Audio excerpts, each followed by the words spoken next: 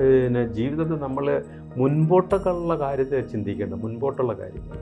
ജാതകം, നാള്, അതും ജാതി മതം ഒന്നും എനിക്ക് ഒരു ഇതും വേണ്ട. എനിക്ക് എൻ്റെ ഒരാളുടെ ശബ്ദം കേൾക്കുക, ഒരാളുടെ ഒരു ചിത്രം കാണുക. ഒന്നിൽ എനിക്ക് ചലിക്കുന്ന ചിത്രം, എവിടെയെങ്കിലും വിദേശത്തല്ലെങ്കിൽ എവിടെയെങ്കിലും ചലിക്കുന്ന ചിത്രം കണ്ടാൽ മതി. ശരി, ഭാഗ്യം നിർഭാഗ്യം നമ്മൾ പലരോടും പരസ്പരം പറയുന്ന ഒരു കാര്യമാണത്. ഓ, എനിക്ക് ഭാഗ്യമില്ല. ഇതൊരു വല്ലാത്ത ചോദ്യമാണ്. കാരണം ഇന്ന് നമ്മുടെ മനുഷ്യർക്ക് മുഴുവനുള്ളൊരു പ്രശ്നം ഇത് തന്നെയാണ്, വേറൊന്നുമില്ല. അപ്പം ഭാഗ്യമുണ്ടോ, ഭാഗ്യമില്ലയോ? ഭാഗ്യം ഉള്ളതുകൊണ്ടാണ് നമ്മളിന്ന് ഇവിടെ ഇങ്ങനെ ഇരിക്കുന്നത്, സത്യം പറഞ്ഞു. അപ്പം അന്ന് ഒരു വാക്ക് ഞാൻ കേട്ടിരുന്നു, പിന്നെ വാ തന്നവൻ അന്നവും തരും. അപ്പം ഞാൻ പിന്നെ അതിൻ്റെ പുറക്കെയായി അന്വേഷണം, പിന്നെന്തുകൊണ്ട് ഞാൻ പട്ടിണി നടക്കുന്നു. അപ്പോൾ അവിടെ എൻ്റെ കുഞ്ഞു മനസ്സിലൊന്ന് എനിക്ക് മനസ്സിലായി, നമ്മൾ പോയി അധ്വാനിച്ചാൽ കാശ് കിട്ടും. കാശ് കിട്ടിയാൽ നമുക്ക് വല്ലതൊക്കെ വെച്ച് കഴിക്കാം. പക്ഷെ അതിനൊരു ഭാഗ്യം വേണം, അതിനൊരു ഭാഗ്യമുണ്ട് വേണം. കാര്യം നമുക്ക് പോയി ചെയ്യാനൊരു ഭാഗ്യം വേണ്ടേ? അതിന് ഭാഗ്യം എന്നാണ് ആദ്യം പറയുന്നത്. അല്ലാതെ നമ്മൾ മനസ്സ് വെച്ചുകൊണ്ട് കാര്യമില്ല. അതിനൊരു വഴി നമുക്ക് തെളിയണമെങ്കിൽ ഒരു ഭാഗ്യം വേണം. അതുകൊണ്ട് ഈ ഭാഗ്യം എന്ന് പറയുന്നത് നമ്മൾ ഈശ്വരൻ്റെ ഒരു തലോടൽ നമ്മളുടെ ഏവരുടെ ജീവിതത്തിലുണ്ട്.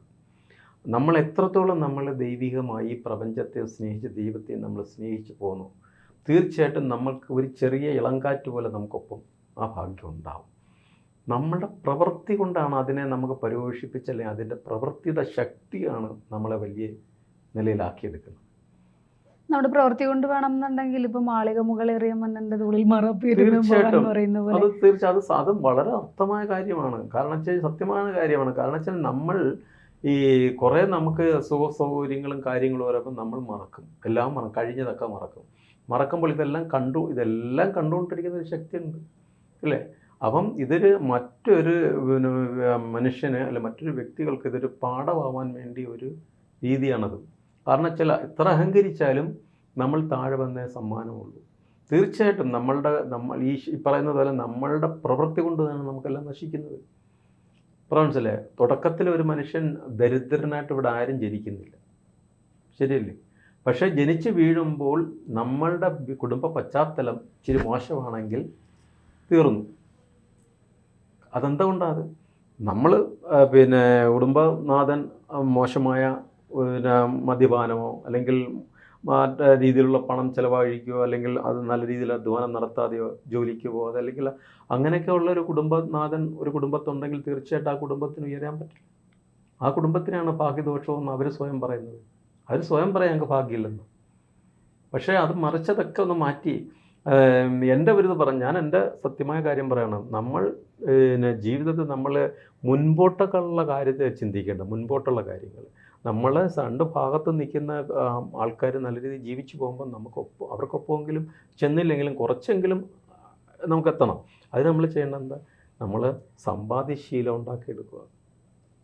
നമുക്ക് കിട്ടുന്ന 100 രൂപ കിട്ടിയാൽ ആ 100 രൂപയെ അന്ന് ചിലവാക്കി നാളെ കടം മേടിക്കുന്ന ഒരു പ്രവണത ശരിയല്ല. ആ 100 രൂപ കിട്ടുമ്പോൾ അതൊരു 10 രൂപ മാറ്റി വെക്കുക, അല്ലേ? കൊറോണ വന്നപ്പം നമ്മളിവിടെ കൊറോണ വന്ന സമയത്ത് നമ്മൾ കണ്ടതാ മനുഷ്യൻ്റെ നെട്ടോട്ടം കുറിയോട്ടം അല്ല. എന്താ അത്? മുൻപോട്ടുള്ള ജീവിതത്തെക്കുറിച്ച് ഓർക്കാതെ ഈ യുഗത്തിൽ മനുഷ്യന് പഠിക്കാൻ കൊടുത്ത ഏറ്റവും വലിയൊരു പാഠമാണ് കൊറോണ. കാരണം വെച്ചാൽ മനുഷ്യൻ ഒന്നും നോക്കാതെ ജീവിച്ചത്. ഇപ്പോൾ കുറേ മനുഷ്യനെല്ലാം മനസ്സിലാക്കി, കുറേ ഭദ്രതകളൊക്കെ വരുത്തുന്നുണ്ട്. പക്ഷെ അതുകൊണ്ട് ഭാഗ്യത്തെ നമുക്ക് ഭാഗ്യമില്ല, നമ്മൾ രക്ഷപ്പെടുന്നില്ല, അങ്ങനെ ചിന്തിക്കരുത്. ഒന്ന് ചിന്തിച്ച് നോക്കുക. നമ്മളിപ്പോൾ ഇനിയെങ്കിലും ഒന്ന് കണക്കെടുത്താൽ മതി. നമ്മുടെ സമൂഹത്തിൽ 10 കുടുംബത്തിനെ എടുത്ത് നോക്കുക. നല്ല രീതിയിൽ അണ്ടേപ്പീസില്ലെങ്കിൽ അണ്ടേപ്പീസ്, ചെറിയ തൊഴിൽ, കടയിൽ, എവിടെ തൊഴിലും പോകുന്ന അവർക്ക് ചിട്ടയോടുകൂടി അവർ മുൻപോട്ട് പോകുന്നവരുടെ ലൈഫ് ഒന്ന് ചിട്ടയോടുകൂടി അവർ പറഞ്ഞ പോലെ 100-500 രൂപയുടെ മത്സ്യമോ ഒന്നും മേടിച്ച് കഴിയുക. അവർ കുറച്ച് ഉള്ള പൈസ കൊണ്ട് എന്തെങ്കിലുമൊക്കെ വാങ്ങി പിന്നെ ഉള്ള വസ്ത്രങ്ങളൊക്കെ അഡ്ജസ്റ്റ് ചെയ്തിടുന്നു. പക്ഷേ അവരുടെ ഒരു 10-20 കൊല്ലം കഴിയുമ്പോൾ ഉള്ള ലൈഫ് നോക്കണം. അവരുടെ കുട്ടികളെ തെറ്റില്ലാത്ത രീതിയിൽ അവർ അയക്കാനും കഴിയും. ഒരു ചെറിയൊരു കിടക്കാടോ ഒക്കെ ആവും.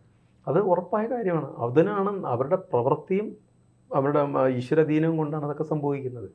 കാരണം അങ്ങനെയുള്ളവർക്ക് ഈശ്വരനൊരു ആപത്തും അവരുടെ അസുഖങ്ങളൊന്നും കൊടുക്കാതെ തന്നെ അവരെ കാത്തുകൊള്ളും. കാരണം എന്ന് വെച്ചാൽ അവർക്ക് ജീവിക്കണം, മുൻപോട്ട് പോകണം, 10 പേർക്കൊപ്പം നമുക്ക് ജീവിക്കണം എന്നൊരു മനസ്സ് അവരിലുണ്ടെങ്കിൽ തീർച്ചയായിട്ടും അവർക്കൊരു ഒരു പനി പോലും വരത്തില്ല. അത് സത്യമായ കാര്യങ്ങളാണ്. സാർ അങ്ങനെ സാറിൻ്റെ അടുത്ത് കൺസൾട്ടേഷനൊക്കെ വരുന്നതല്ലേ? അപ്പോൾ സാർ അങ്ങനെ ഇപ്പം ഓരോ വ്യക്തികളും പല പ്രശ്നങ്ങളുമായിട്ടായിരിക്കും വരുന്നത്. അപ്പോൾ ഇതുപോലെ ചിലരുടെ ജാതകം സാർ നോക്കുമെന്നില്ല. അല്ല, ജാതകം നാള് അതും ജാതി മതം ഒന്നും എനിക്ക് ഒരു ഇതും വേണ്ട. എനിക്ക് എൻ്റെ ഒരാളുടെ ശബ്ദം കേൾക്കുക, ഒരാളുടെ ഒരു ചിത്രം കാണുക. ഒന്നിൽ എനിക്ക് ചലിക്കുന്ന ചിത്രം, എവിടെയെങ്കിലും വിദേശത്തല്ലെങ്കിൽ എവിടെയെങ്കിലും ചലിക്കുന്ന ചിത്രം കണ്ടാൽ മതി. ഒരു വ്യക്തിയുടെ അതായത് പിന്നെ മരിക്കുന്നതിന് മുമ്പേ ചലിച്ചത് എടുത്തയച്ചു തന്നിട്ട് ഇയാൾ എങ്ങനെ ഉണ്ടെന്ന് ചോദിക്കാൻ പറ്റത്തില്ല. അതവർക്ക് തിരിച്ചടിയാവും. കാരണം വെച്ചാൽ അത് വൻ വിനാശത്തിലോട്ട് അവർ പോകേണ്ടി വരും. കാരണം മരിച്ച ആത്മാവിനെ പരീക്ഷിക്കാൻ പാടില്ല, അത് പരീക്ഷിക്കേണ്ട ഈശ്വരന്. അത് പരീക്ഷിച്ചു കഴിഞ്ഞാൽ വൻ വിനാശത്തിന് വഴിയൊരുക്കും. അതങ്ങനെ ചെയ്തുകൂടാ. ഒരാൾ രക്ഷപ്പെടൂ ഇല്ലയോ എന്നൊക്കെ മനസ്സിലാക്കാം. തീർച്ചയായിട്ടും അവരുടെ ശബ്ദം കേൾക്കണം. അവരുടെ ശബ്ദം കേട്ടാൽ നമ്മൾ അഹങ്കാര ബുദ്ധിയോട് ആര് സംസാരിച്ചാൽ ആ ഒരു ഫസ്റ്റ് ടോണിൽ തന്നെ നമുക്ക് മനസ്സിലാവും. അവരെ ആ ലെവലിലേ നമ്മുടെ ദൈവത്തിൻ്റെ ഒരു അനുഗ്രഹം കാരണം കൊണ്ട് ഇന്ന് ലോകമെമ്പാടുമുള്ള നിസ്സാര ടീമുകളൊന്നുമല്ല, ഇന്ത്യക്കകത്തുള്ള നിസ്സാര ടീമുകളൊന്നുമല്ല, എല്ലാം സാധുക്കളായാലും ഉന്നത നിലയിലും ഉന്നത പദവിയിലിരിക്കുന്ന വ്യക്തികളൊക്കെ എന്നെ വിളിക്കാറുണ്ട് ഇപ്പോഴും. പക്ഷേ പലർക്കും വീട്ടിൽ നേരിട്ടൊന്ന് പറഞ്ഞാൽ അത് നടക്കത്തില്ല. എൻ്റെ വീട്ടിൽ വിളിച്ചിരുത്തിയുള്ള ഒരു പരിപാടിയൊന്നും എനിക്കിഷ്ടമല്ല. കാരണം വെച്ചാൽ അതെനിക്ക് താല്പര്യം. എനിക്ക് അങ്ങനെ പലരും ഒരുപാട് പറയുന്നുണ്ട്. വലിയ റെക്കമെൻഡേഷനൊക്കെ ചെയ്തും പലരെ കൊണ്ട് വിളിച്ച് പറയിപ്പിച്ചേക്കാം. ഞാൻ ആരെ കൊണ്ട് വിളിച്ച് പറയിപ്പിച്ചെന്ന് പറഞ്ഞാൽ ഒരു രക്ഷയില്ല. വന്നുള്ള പരിപാടി എനിക്ക് താല്പര്യമില്ല. കാരണം വെച്ചാൽ എൻ്റെ രീതി അതാണ്. പിന്നെ അത്രയ്ക്കും ഇതാണ് അവർ നമുക്ക് ശബ്ദം കേൾക്കാൻ മനസ്സിലായി. ഇവരുടെ ഭാവിയിൽ ഇവർക്ക് രക്ഷപ്പെടാനുള്ള ആഗ്രഹമുണ്ടോ, അതോ വെറുതെ മറ്റുള്ളവരെ ദ്രോഹിക്കാനാണോ അവർ വരുന്നത്? ചിലർക്കുണ്ട് മറ്റുള്ളവരുടെ അതൊന്നും നടക്കത്തില്ല. നമ്മുടെ ആരെയും ദ്രോഹിക്കുന്ന പരിപാടി നമ്മുടെ. പക്ഷേ നമ്മളെ ദ്രോഹിക്കാൻ മനസ്സ് വെച്ചാൽ അവരുടെ കാര്യം കട്ടയം പടം ഉറപ്പാണ്. കാരണം വെച്ചാൽ നമ്മൾ ശുദ്ധമായിട്ട് ജീവിക്കുന്നത്, പാവങ്ങൾക്ക് വേണ്ടി നമുക്ക് നന്മ പറഞ്ഞു കൊടുക്കാൻ, ഈശ്വര വഴി തെളിച്ചു കൊടുക്കാൻ ഇരിക്കുന്ന ഒരാളാണ്.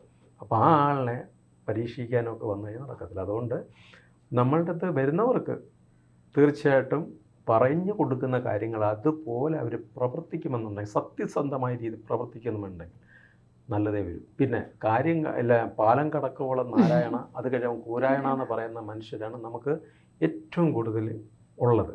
പക്ഷെ അതിനൊന്നും നമുക്കൊരു വിഷമമില്ല എന്ന് വെച്ച് അവരെ നമ്മൾ തള്ളിക്കളയത്തില്ല. അവർക്ക് വേണ്ടി നമ്മൾ പ്രാർത്ഥിക്കും. അങ്ങനെയാണ് നമ്മളുടെ ഒരു രീതി. അതിനകത്ത് എല്ലാവർക്കും നല്ലത് വരണമെന്ന് ഞാൻ ആഗ്രഹിക്കുന്നുള്ളൂ. Thank you sir. സ്വാമി സുദർശനുമായി നിങ്ങളുടെ ജ്യോതിഷ സംബന്ധമായ പ്രശ്നപരിഹാരങ്ങൾ സംസാരിക്കുവാൻ താഴെ കാണുന്ന നമ്പറിൽ ബന്ധപ്പെടുക. ശ്രീ സുദർശനുമായി ABC മലയാളം ജ്യോതിഷം നിങ്ങളെ നേരിട്ട് ബന്ധപ്പെടുത്തുന്നതായിരിക്കും. ജ്യോതിഷവുമായി ബന്ധപ്പെട്ട എല്ലാ വിശേഷങ്ങളും നിങ്ങളിലേക്കെത്താൻ ABC ജ്യോതിഷം സബ്സ്ക്രൈബ് ചെയ്യുക.